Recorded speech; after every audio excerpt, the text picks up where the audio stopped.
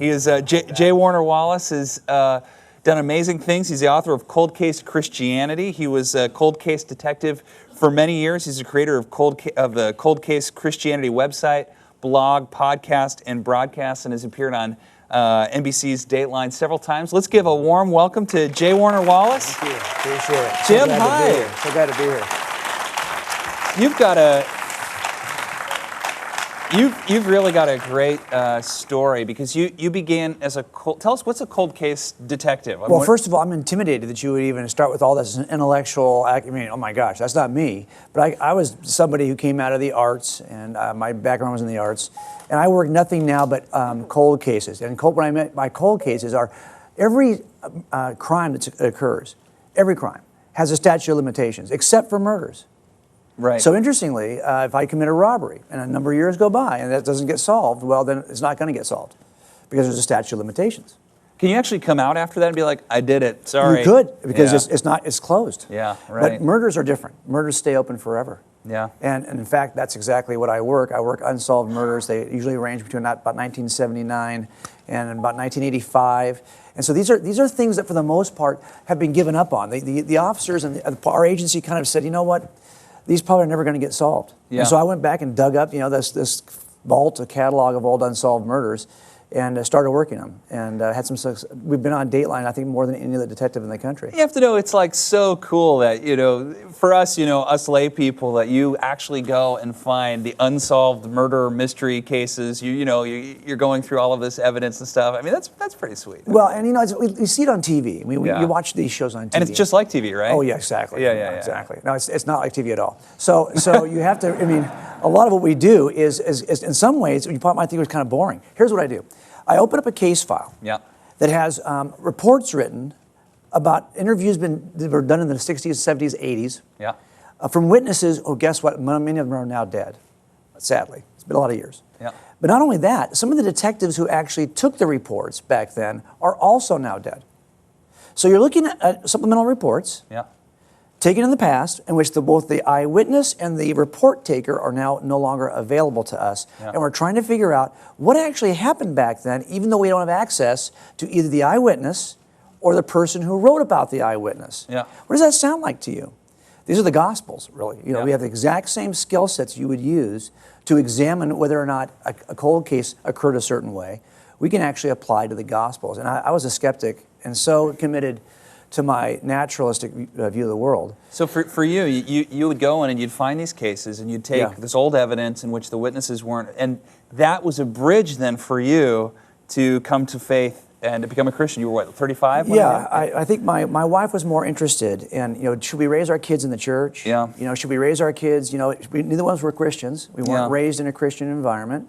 My family, my dad's still a very committed atheist. Yeah. And so we committed tried. Atheist, I love it. I mean, trust me, he's committed atheist. We tease him all the time. Yeah. I wrote the first book, and I gave it to him, and I said, hey, Dad, about 6 months later, did you read my book? He said, well, I started it. I said, dude, what kind of a dad doesn't read his own son's book? I teased him about it. My dad. Yeah, I said, yeah. So I said, you should read it. What if I said something mean about you in the 12th chapter you wouldn't even know? Yeah. You should read the book. So the second book I actually wrote to him. So I'm hoping that he will actually read it. Yeah. But this is what he committed, he was like me. We were very similar. Yeah. So I stepped into a church for the first time, at an evangelical church, a church really for anything other than like a wedding or a funeral. Yeah. I'd go to church for those reasons, but that was it. So I stepped into this church at 35, and the pastor kind of pitched Jesus as a smart guy. Yeah.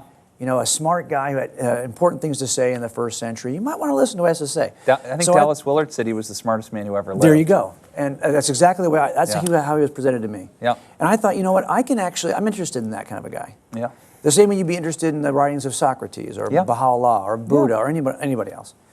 So I got bought a Bible, and I started sifting through it, looking for the words of Jesus.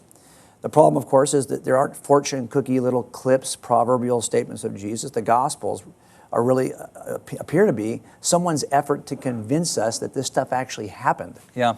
And as I was reading through these gospel accounts and comparing them to each other and using all the tools that I use in my investigative work, I started to be convinced that these were reliable accounts in the ways that I could test any reliable account. Yeah. And so for me, I began to have really to look at Jesus differently. So you applied the tools, the normative tools that we use for Yes. finding a cold case. You applied those to your analysis Right. of the Gospels, and what happened? Well, let me give you an example of some of the tools you might use. There's Sure. a process we use, it's a discipline we use called forensic statement analysis. Yeah. How this might work is this. If you're a suspect in my crime, I would, the day after the crime, I would say, hey, I want you to do me a favor. Here's a piece of paper. It's got 24 lines on one side. Yeah. Just write down everything you did yesterday from the time you got up in the morning to the time you went to bed. Yeah. You've got an ink pen. Can't make any changes unless I see the changes you make. Yeah. After you're done doing that, I will actually read that, and I will assess your use of pronouns, your use of verb tense, your use of how do you contract or expand time. Yeah. I'm looking for different pieces of evidence that are in the word choices you make. Yeah. I thought, well, could I apply something like this to the Gospels? And one claim in the early second century is that Papias, a bishop, says that Mark, when writing the account we call the Gospel of Mark, is actually chronicling the teaching of Peter in Rome. So I thought, well, if that's the case, I ought to see something in the Gospel of Mark that's unusual, that has the fingerprints of Peter in it. Yeah. Right? I mean, you should see that. Yeah. So I started taking the discipline of forensic statement analysis, and I applied it to the Gospel of Mark. Yeah. And as I got through it, I realized, wow, Peter's fingerprints are all over Mark in a very unique way. Let me give you an example of this. You know how Peter does a bunch of stupid things in the Gospels, right? I mean, he's always saying something he shouldn't say, putting his foot in his mouth, always doing that, right? Check it out. Not in the Gospel of Mark. In Mark's Gospel, Peter actually looks pretty good. Now, he looks the least ridiculous, right? Yeah. And as a matter of fact, when he says something that's kind of embarrassing in Mark's Gospel, Mark will always say, and the other disciples agreed. He always puts that in there. Yeah. So he's always making Peter sound pretty good. As a matter of fact, if you look at the episode where Jesus is walking on water, and what happens? Peter says, hey, can I come out? Come on out. He gets out of the boat, he starts to sink, right? He starts to walk, he starts to sink. And he kind of scolds Peter in front of all the other. Well, that's not in the Gospel of Mark. That's in the Gospel of Matthew. In Mark's Gospel, Peter never gets out of the boat, okay? So what you see always in Mark's Gospel is the best representation of Peter, and you don't see the kind of the embarrassment. And also you have certain details that are only known to Peter. Those are in Mark's Gospel. Now here you're actually touching on something that I've had a debate with a number of atheists about, something you just use as a point of strength that atheists often use as a point of weakness. And I think this is so important. Is that very often atheists will take that story. Well, in one story, Peter doesn't get out of the boat, and one he does. Right. Or one part Jesus says, trust the Lord your God with all your heart, soul, mind, and strength. It says, right. And or whatever. And so there's these little things that they're not always lining up perfectly that are often like, well, that's evidence that it's wrong. But in my opinion, if you get four guys and you take them to a baseball game, and they're all going to tell you the same score in the end, right? Right. But they're going to have a little bit of a variation on how it happened.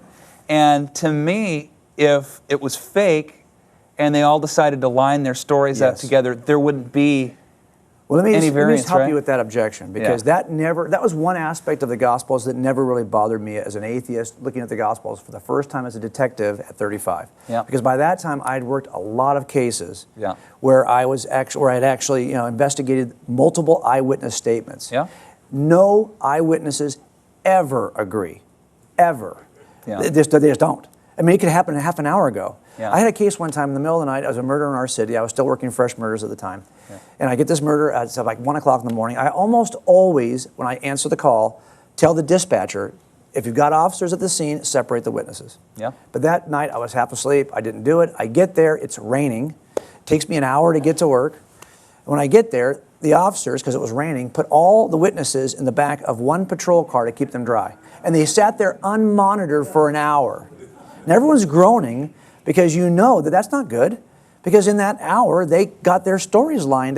Someone says, I'm pretty sure he had a gun in his waistband. No, he had a big belt buckle. Oh, you think so? Okay, maybe. No, don't do that. Yeah. Don't kind of get your stories together. Yeah. If you think it's a belt buckle, tell me it's a belt buckle. If you think it's a gun, tell me it's a gun. Yeah. I'll be able to sort that out. The job of the investigator is to take what appear to be differences in the accounts and see how they all go together in a way that makes sense. Mm-hmm. And so that's what we do with the Gospels. And you're absolutely right. In any given situation, two witnesses will have a different perspective, both geographic. For example, if you got a guy doing a robbery and you want to know what was the robber wearing, I don't ask a guy. I ask a girl that question, okay? Because women know what he's wearing. Yeah. You know, a guy will say, I don't know, a T-shirt? No. The girl will say, no, it was an Izod, 2 buttons, stopped about here, had a little bit. I mean, oh my gosh. You know. Yeah. This is the nature of eyewitnesses. You know, they lean. Now, if you want to know what kind of gun was he using, ask the guy. I'm not even going to ask the victim that. What kind of gun was he using? Dude, I don't know. Yeah. I was scared to death. Yeah. But the guy standing 15 feet away, that guy will know what he had in his hand. Yeah. So again, a lot of this is understanding what is the geographic location of your witness, what is the history he brings into this. So that never bothered me. If you think, honestly, folks, do you think if we had 4 gospels that were word for word identical, 4 identical gospels, that the skeptic would be less concerned about this? No. No, they'd be saying, oh, they can't trust that. They've colluded. They're all lined up, yeah. Yeah, so, I mean, you can't win either way, right? But that's something that never really bothered me. In the end, we assess reliable eyewitnesses on 4 legs of this chair. 1, were they really there? 2, can they be corroborated in some way? 3, have they changed their story over time? 4, do they have bias? Mm-hmm. Those are the witnesses. We actually give that instruction to jurors in homicide trials to look at these categories when they're assessing eyewitnesses on the stand.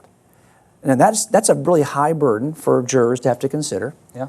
And I think it's high enough for us to take the same process and say, could the gospel authors actually achieve this? Could they actually pass this test? And do they? They do. That's what I wrote Cold Case Christianity about. The idea here is, look, we got to know, first of all, are they early? Were they really there? Because if the Gospels are written in the 2nd century, they're not history. They might contain some truth, but they can't be eyewitness accounts. You got to be there to be an eyewitness. Absolutely. And if they're written late, they're not going to be eyewitness accounts.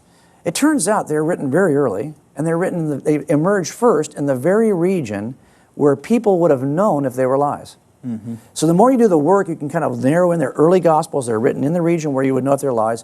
They're corroborated by lots of internal evidence, like the kind of language I'm talking about. It turns out, for example, that the names, the proper nouns that were used for young Jewish men and women in Egypt in the 1st century are very different than the proper nouns that were used in the area around Palestine. So you have these 2 different sets of names, and guess what? Our scripture gets it right.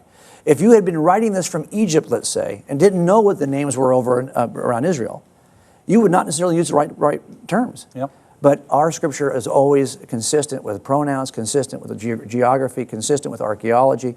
It's consistent with the statements of non-believers in the 1st and 2nd century who were watching the events. It's consistent.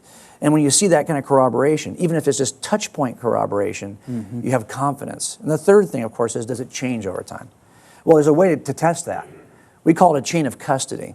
If I've got a piece of evidence back in 1980 and I bring it to trial today, and I want you to believe that this piece of evidence from 1980 has been unaltered, it's really, I can trust it. This is the same piece of evidence. Really? How do I know that? Well, who did that officer give it to? He wrote a report, this guy wrote a report. He gave it to the crime lab, they wrote a report. He gave it to somebody else, they gave it to me, I wrote a report, now it's in trial. Mm-hmm. There's a chain of custody for that piece of evidence. Yeah. It turns out there's a chain of custody for the gospel. So for example, the Gospel of John, what did John really say about Jesus? Was he a Jesus who walked on water? A Jesus who was born of a virgin? Or maybe, it's a different kind of Jesus. Maybe it's been distorted over the years. Yeah. Now he's supernatural Jesus, but the real Jesus was a simple teacher. Mm-hmm. Well, if you want to know what John taught, you can ask his students, because those students have names. Ignatius, Polycarp, and Papias are the 3 students of John. Yeah. And it turns out we still have the writing of Ignatius and Polycarp. So if you're wondering what John said, look at the writings of Ignatius and Polycarp. We still have, they're not in your Bible, they're ancient 1st century documents. And they had a student named Irenaeus, look at his writing. And he had a student named Hippolytus, look at his. You can actually trace the progress of the Jesus story from the first observer, John, to his students, to their students, to all the way to where we have it today. You can do the same thing for Paul, the same thing for Peter through Mark and the North African bishops. You can do this in every single one. And when you get done, you're going to realize that the story of Jesus is early, in the region, corroborated by outside sources, and doesn't change over time. Yeah.